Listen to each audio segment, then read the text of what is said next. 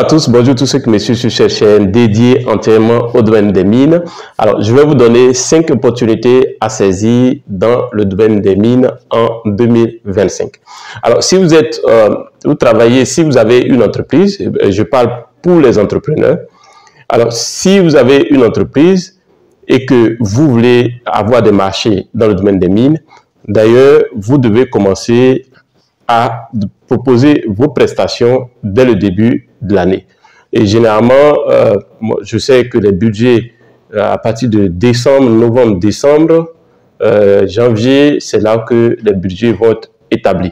Et donc, pour ça, vous devez structurer vos offres, les proposer de sorte que lorsque ça intéresse par exemple un manager, il puisse l'intégrer à son budget. Donc, 5 opportunités dans le domaine des mines si vous possédez une entreprise ou si vous voulez créer une entreprise. La première opportunité, on va prendre entité par entité. Prenons aujourd'hui, vous avez plus de sociétés d'exploration que de sociétés en construction, enfin, vous avez beaucoup plus de sociétés minières en phase d'exploration que de sociétés minières en phase d'opération. Donc, je vais donner un ou deux exemples pour chaque phase, de sorte à vous donner une idée. Alors, l'exploration, par exemple, comme je l'ai dit, la phase d'exploration, c'est la phase où la compagnie va être en train de rechercher la possibilité d'un gisement exploitable économiquement. Et donc, à cette phase-là, généralement, la compagnie n'a pas une certitude de passer plus de temps dans le projet, donc va avoir une tendance à sous-traiter presque tout. Donc, à louer des choses, à sous-traiter, et au fur et à mesure que le projet arrive à maturité, c'est-à-dire un gisement est isolé, va changer progressivement de stratégie. Donc, dans un premier temps, par exemple, une compagnie minière ne démarre pas ses activités en achetant des véhicules, va démarrer en louant. Donc, va commencer à en acheter lorsque un gisement est identifié et qu'il voit des perspectives d'exploitation.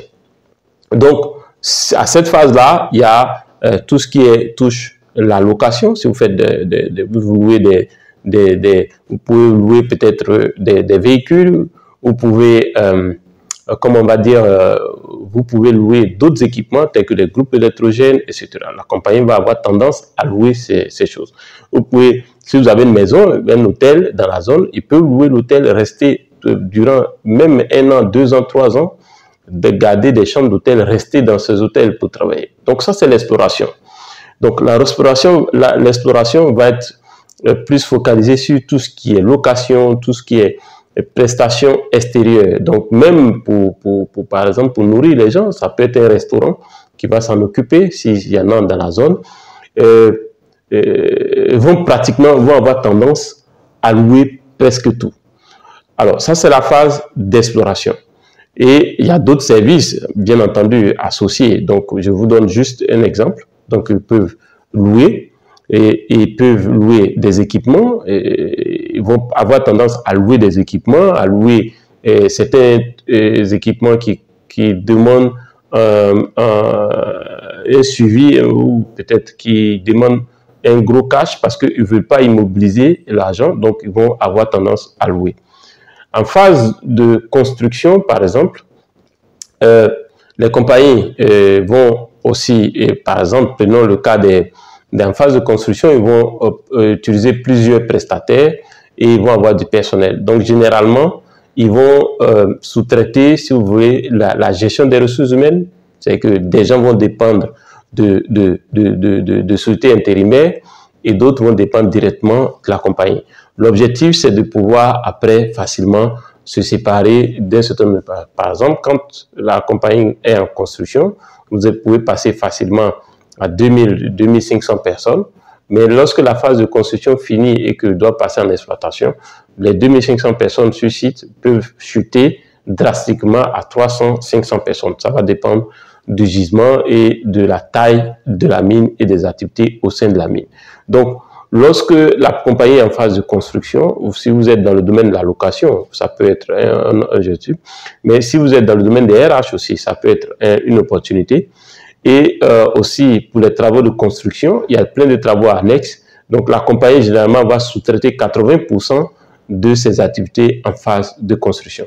Donc, vous regardez, si vous voulez intégrer un marché, vous regardez ce que vous faites et vous trouvez un coach, quelqu'un qui connaît le fonctionnement, par exemple, moi, et qui peut vous expliquer qu'à cette phase, voilà ce qu'ils ont besoin, ce que vous faites comme activité, voilà comment est-ce que vous pouvez l'introduire pour avoir des marchés, hein, en vous appuyant sur les besoins spécifiques de la phase de construction. Par exemple, si vous êtes dans le domaine de BTP, vous pouvez faire beaucoup de choses. Vous pouvez faire des travaux annexes, vous pouvez faire du fencing. Le fencing, c'est, comme on dit en français, c'est construire des kilomètres de clôture, parce que vous êtes dans le BTP, enfin, vous êtes dans tout ce qui est peut-être construction métallique, vous pouvez avoir besoin de vos prestations, vous êtes même peintre, plombier, électricien, vous êtes dans le domaine peut-être de la sécurité en termes de sûreté, donc des vigiles, vous pouvez pouvoir des vigiles, vous êtes dans le domaine de la etc. Ben, à vous de regarder, en phase de construction, il va y avoir du monde, et plus il y a du monde, plus il y a des besoins. Alors, à la phase d'exploitation, il va toujours avoir du monde, donc il va avoir aussi des besoins associés. Donc, ils auront besoin de faire du stock, le stock dans n'importe quelle chose, le stock par exemple dans les équipements, des pièces de rechange, le stock pour la nourriture, le stock pour le médicament, le stock pour beaucoup de choses, des pneus, etc. Donc, l'idée, si vous voulez intégrer le domaine des mines en tant que prestataire, la première chose que vous devez faire, pour moi, c'est le plus gros conseil, c'est de trouver quelqu'un, même les banques, quand ils veulent financer des activités dans le domaine des mines, prennent des géologues et ces géologues servent de conseiller, ils servent de conseiller pour la banque. Pourtant, vous avez dit, mais pourquoi? Parce qu'ils savent que le géologue peut affiner leurs connaissances pour la prise de décision. Et vous devez faire la même chose.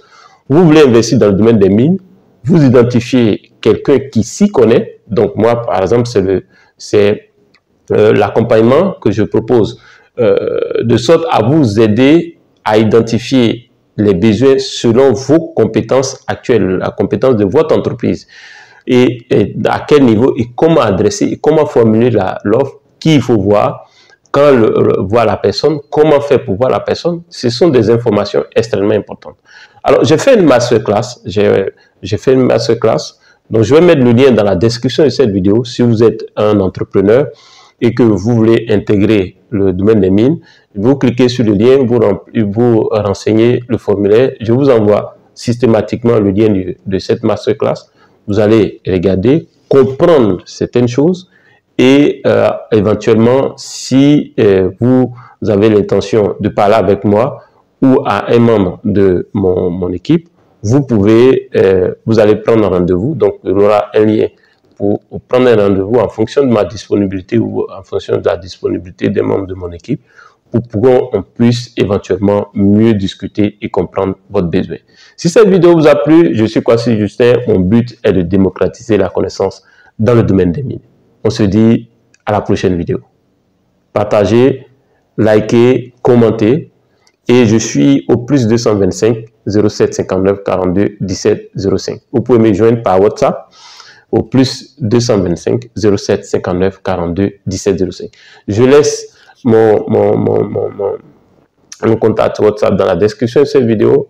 Éventuellement, vous pouvez me contacter et on peut échanger. Merci et à la prochaine vidéo.